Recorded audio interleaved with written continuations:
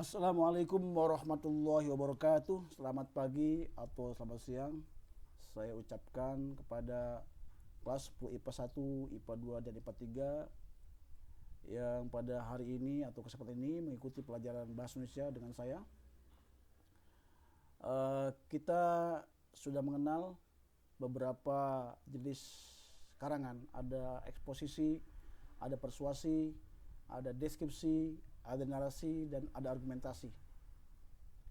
Nah, pada pertemuan ketiga ini kita akan membahas salah satu jenis karangan berupa teks eksposisi. Tapi sebelum itu mari kita berdoa kepada Allah Subhanahu wa taala, mudah-mudahan pada hari ini kita memperoleh ilmu yang banyak, yang bermanfaat buat kita dan orang lain. Dan saya berharap kalian semuanya semangat dan sehat semua. Mari kita baca doa dengan memulai dengan Bismillahirrahmanirrahim bagi yang beragama Islam dan Islam dipersilakan masing-masing. Adapun tujuan pembelajaran teks eksposisi pada kesempatan ini adalah satu, mengidentifikasi permasalahan, argumentasi, pengetahuan, dan rekomendasi teks eksposisi yang didengar atau dibaca. Dan mengembangkan isi, permasalahan, argumen, pengetahuan, dan rekomendasi teks eksposisi secara lisan maupun tulisan. Materi yang akan kita bahas adalah pernyataan tesis, argumen, penyataan ulang, dan kebahasaan. Kemudian penjelasan materi. Sebelum sampai ke penjelasan materi, mari kita lihat teks berikut ini. Kemacetan di Jakarta. Hampir setiap hari warga Jakarta berhadapan dengan kemacetan. Macet terjadi tidak hanya di jalan protokol, tetapi hampir di semua ruas jalan raya Jakarta dan sekitarnya. Terutama pada saat jam-jam sibuk, dilihat dari aspek apapun, kemacetan merupakan rutinitas yang sangat merugikan, terutama bagi pengguna jalan. Menurut Adi Setiadi, Kepala Badan Pengembangan dan Penelitian Kementerian Pekerjaan Umum dan Perumahan Rakyat, kerugian akibat kemacetan di Jakarta mencapai 65 triliun per tahun. Data itu sangat masuk akal. Akibat macet, warga Jakarta menjadi boros BBM. Bahan bakar yang dibeli masyarakat dengan mahal habis dibakar di tengah-tengah kemacetan. Pemerintah pun harus lebih banyak mengeluarkan subsidi untuk BBM.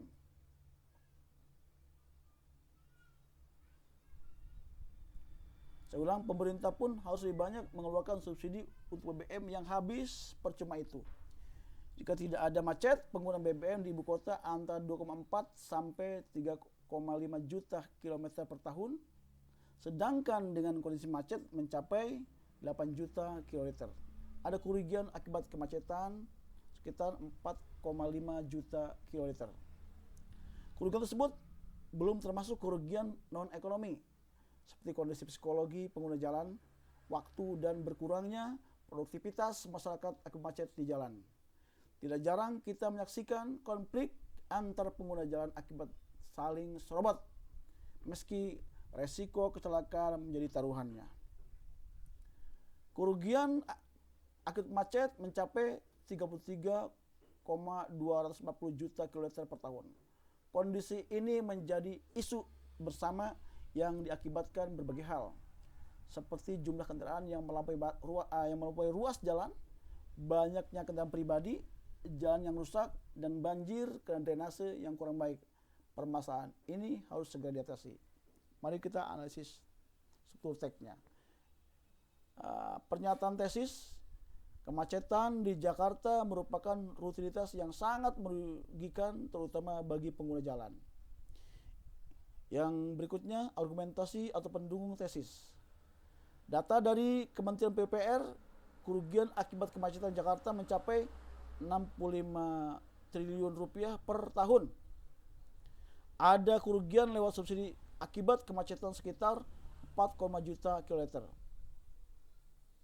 Kerugian non-ekonomi seperti kondisi psikologi pengguna jalan, waktu dan berkurangnya produktivitas masyarakat. penegasan ulangnya, kondisi tersebut berupa kemacetan menjadi isu bersama yang diakibatkan oleh beberapa hal.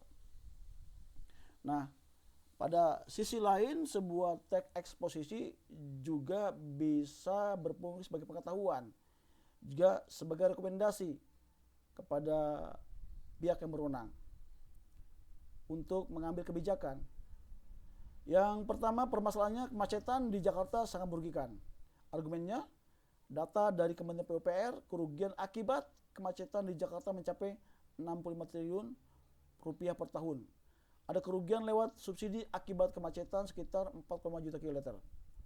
Dan kerugian dan ekonomi seperti kondisi psikologi pengguna jalan, waktu dan berkurangnya produktivitas masyarakat. Pengetahuan, kemacetan menimbulkan kerugian ekonomi, psikologi, waktu, dan produktivitas. Dan rekomendasi adalah permasalahan ini harus segera diatasi.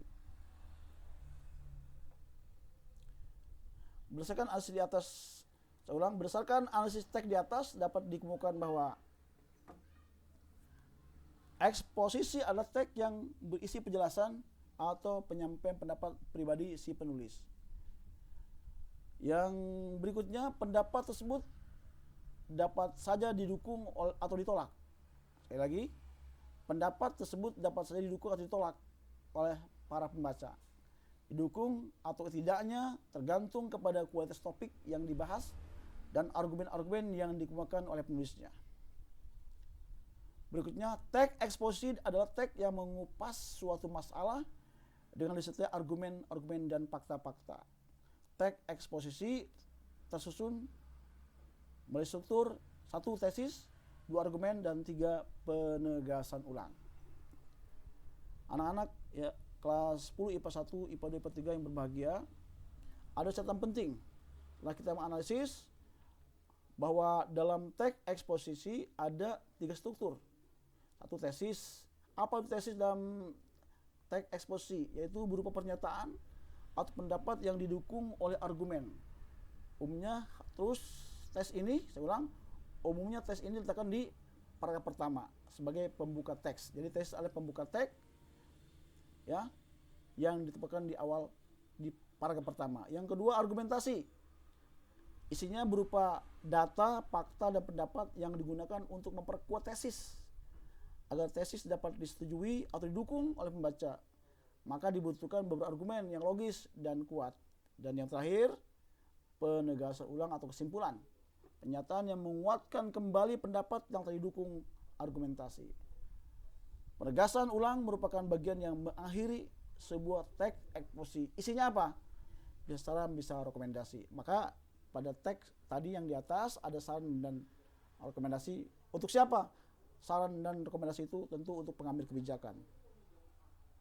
Nah, mengembangkan isi teks eksposisi. Pada bagian ini kita akan mencoba mengembangkan sebuah teks menjadi kerangka eksposisi. Permasalahannya adalah maraknya peredaran narkoba di Indonesia. Itu permasalahannya. Tesisnya, peredaran narkoba di Indonesia sangat mengkhawatirkan dan mengancam masa depan bangsa. Berikutnya, berupa argumen logis untuk mendukung tesis. Ada 2 paragraf. Penggunaan narkoba terus mengalami peningkatan dari tahun ke tahun. Jumlah pengguna narkoba terus mengalami kenaikan. Menurut BNN dan UI, jumlah warga negara Indonesia sebagai pengguna narkoba sekitar 4, juta lebih. Bahkan menurut sumber terbaru, tahun 2015 jumlahnya mencapai 5,1 juta orang. Pelajar remaja rentan sebagai pengguna narkoba.